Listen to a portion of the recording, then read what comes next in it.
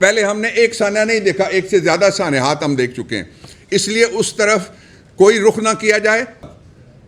جب ان کو قید کیا جاتا ہے تو اتنے مقدمات بنائے جاتے ہیں جو خود بیٹھی ہوئی سرکار کی گنتی میں بھی نہیں ہے، اتنی انکوائریز کھولی جاتی ہیں جو بے معنی اور لایانی تھیں، اور پہلے پروپیگنڈا یہ کیا جاتا ہے کہ پاکستان کو استحکام چاہیے، اور ساتھ دوسرا پروپیگنڈا تھا کہ عمران خان کے خلاف کرپشن کے بڑے کیسز ہیں۔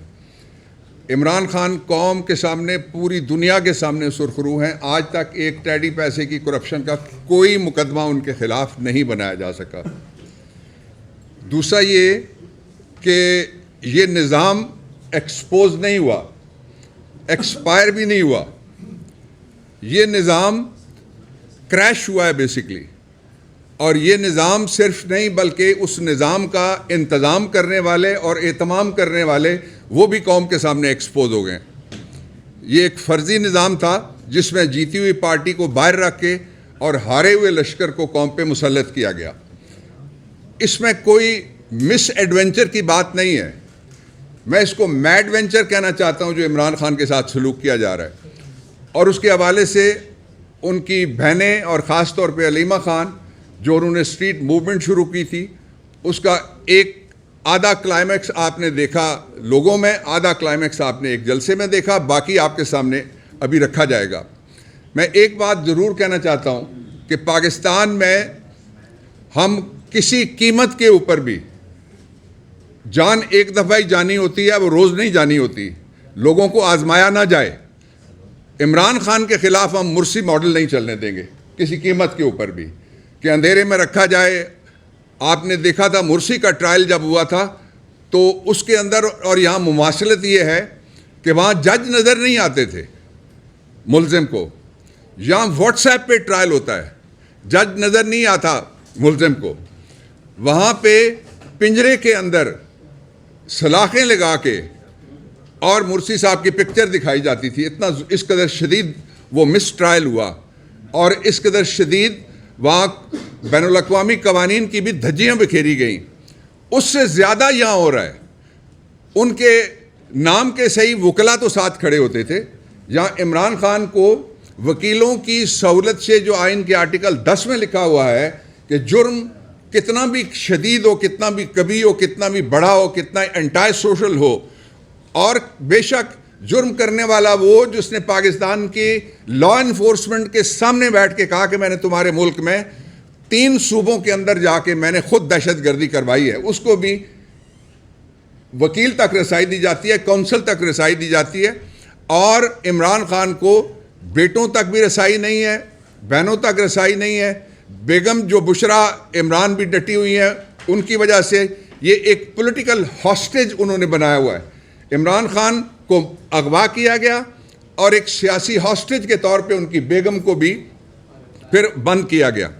یہ ناقابل قبول ہے، اس کے اوپر سارے ذرائع استعمال کریں گے۔ میں 2-3 باتیں اس حوالے سے آپ کے سامنے رکھنا چاہتا ہوں۔ پہلی بات یہ ہے کہ عمران خان کی صحت، اس کے اوپر کوئی دو رائے نہیں ہو سکتی کہ ان کی صحت ٹھیک نہیں ہے، اور اس کے اوپر بھی کوئی دو رائے نہیں ہو سکتی کہ منڈیلا رولز کے مطابق اقوام متحدہ یہ کہتی ہے، پاکستان کے پریزن رولز کے مطابق ہمارا قانون یہ کہتا ہے، اور تو اور چھوڑیں موجودہ چیف جسٹس صاحب یہ خود ٹرائل کرتے رہیں، میرے ساتھ انہوں نے اٹک قلعے میں اس وقت ایک فارمر منسٹر تھے، اس کے ٹرائل میں یہ کھڑے ہوتے رہیں، ان کو تو انہوں نے خود ایک آرڈر کیا ہوا ہے کہ عمران خان کو ڈاکٹرز ان کی مرضی کے دیں اور نیا بورڈ تشکیل کریں۔ میں چیف جسٹس صاحب آپ سے درخواست کرنا چاہتا ہوں، جو بھی جاتا ہے نظام انصاف میں بھی گیا تھا، 1 سے زیادہ مرتبہ میں گیا ہوں ایگزیکٹو میں، مجھے واپس آنا پڑا، باروں میں واپس آنا پڑا۔ آپ ہمارا حصہ ہیں۔ میں ایک سینئر وکیل سپریم کورٹ کے اور فارمر لا منسٹر کی حیثیت سے آپ سے درخواست کرنا چاہتا ہوں کہ آپ اس ذمہ داری کو پہچانیں۔ ہمیں خبر ہی نہیں ہے کہ عمران خان کس حال میں ہے، ہمیں خبر ہی نہیں ہے کہ وہ کس طرح سے بند ہے۔ اگلی بات، جو انصاف کا ترازو ہے ان حالات میں، وہ خاص طور سے پنجاب میں اور پورے یہاں سندھ کے علیم بھی بیٹھے ہوئے ہیں، پورے ملک میں عمومی طور پہ لوگ سمجھتے ہیں کہ انصاف کا ترازو اٹھا کے اس نظام نے تھانے دار کے ہاتھ میں دے دیا ہے۔ تھانے دار ڈیمی گاڈ بن گئے ہیں، اور اس کے ساتھ ہی جو اگلا ہوا ہے وہ اس سے بھی خطرناک بات ہے، وہ یہ ہے کہ اس وقت جو نظام ہے وہ صرف شریفوں کی بے روزگاری کی وجہ سے بھرتی کا نظام چل رہا ہے۔ اس کی میں آپ کو مثال دیتا ہوں پریکٹیکل۔ سب سے پہلے نوکری ملی بیٹی کو، پھر نوکری ملی بھائی کو، پھر نوکری ملی پنجاب میں جو داماد کو، اور پھر نوکری ملی لاہور میں بڑے بھائی کو۔ یہ نوکری کے بغیر نہیں رہ سکتے، یہ تابعداری کے بغیر نہیں جی سکتے۔ اور پھر نوکری ملی سمدھی کو۔ سمدھی کا کمال ہے یار، آپ کو یاد ہے پنکچر والا؟ آپ پتہ نہیں آپ لاہور کے کسی محلے میں پنکچر والا ڈھونڈیں گے، 35 پنکچر والا بھی تھا۔ اس نے تو 36 پنکچر ہماری معیشت کو لگا دیے۔ آج کوئی ایک شعبہ ایسا نہیں ہے جس کے اندر کوئی آواز آئے کہ یہاں خیریت ہے، اور کوئی آدمی پاکستان میں آپ کو نہیں ملے گا، گلی محلے میں آپ جاتے ہیں، ہم لوگ بھی جاتے ہیں، کہ جو یہ کہے کہ پاکستان میں فلاں محکمہ یا پاکستان میں فلاں ادارہ انصاف کے مطابق، رولز کے مطابق، پریسکرائب پروسیجر کے مطابق، یا پاکستان کے کانسٹیٹیوشن اور دستور کے مطابق 1973 کے چل رہا ہے۔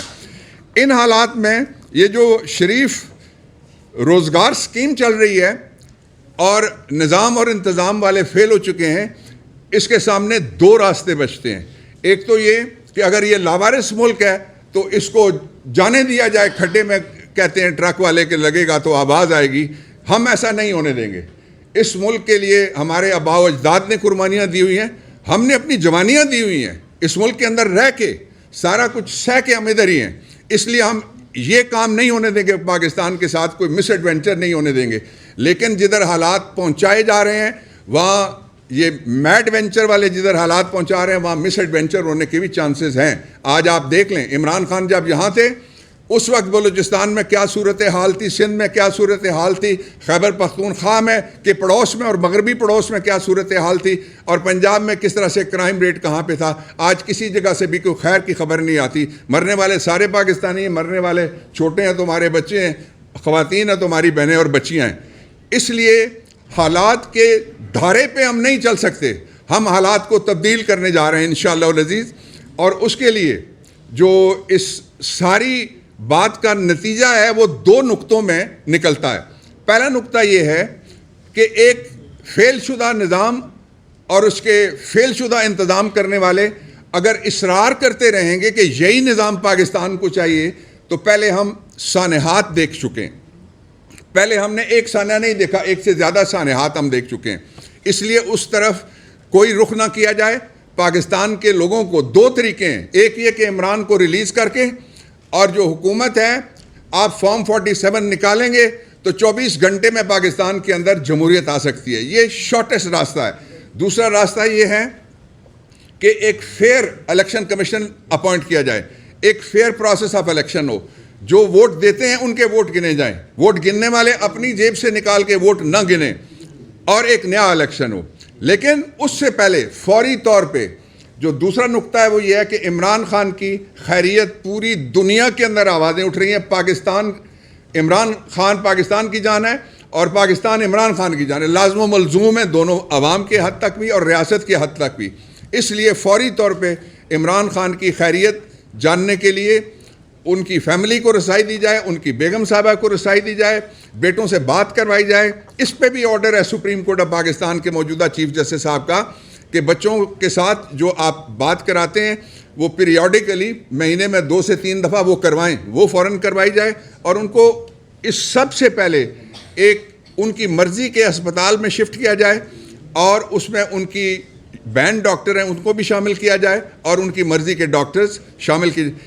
کیا زمانہ ہے اس ملک کے اوپر جس میں سے کسی وقت سائیکل والے سے پہلے جہاں ڈاکٹر محبوب الرحمان نے جو بنائے منصوبے، ان کو لینے کے لیے لوگ دور دیش سے آتے تھے، کہتے تھے یہ ترقی کرتا ہوا ملک ہے۔ آج ہمیں کہاں پہنچا دیا گیا ہے؟ کیا زمانہ تھا جب یہاں بڑے سے بڑا ٹرائل بھی، بڑے سے بڑا جرم بھی، سازش کا جرم، غداری کا جرم، قتل عام کا جرم، دہشت گردی کا جو اصلی والے، ان کے اوپر بھی اوپن ٹرائل ہوتے تھے، ان کو بھی دفاع کا حق دیا جاتا تھا۔ آج کسی کو کوئی حق حاصل نہیں ہے۔ ہم یہ سارے حقوق سرنڈر نہیں کریں گے۔ ہم ان حالات کو بدلنے کے لیے یہ بات کہنا چاہتے ہیں زوردار طریقے سے کہ عمران خان کے اوپر نہ کوئی کمپرومائز ہے، نہ مائنس عمران خان ہے، اور نہ ہی پاکستان تحریک انصاف کا کے اندر کوئی دو آوازیں ہیں. ہم ایک جگہ ہیں، ہم ایک ہیں، اور ایک ہو کے انشاءاللہ العزیز ہم آگے بڑھیں گے. عمران خان کی رہائی تک چین سے نہیں بیٹھیں گے. بہت شکریہ. مختصر